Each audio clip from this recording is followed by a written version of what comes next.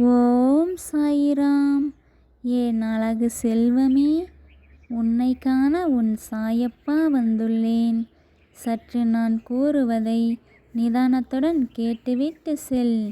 என் குழந்தையே, நீ நாளையை நன்றாக அமைக்க வேண்டுமென்றால் நேற்றையை விட இன்று கடினமாக உழைக்க வேண்டியது அவசியம். அப்போதுதான் நாளையை நீ சிறப்பாக அமைக்க முடியும். நீயே அதை உருவாக்கவும் முடியும். நீ இருக்கும் இடத்திலிருந்து தொடங்கு.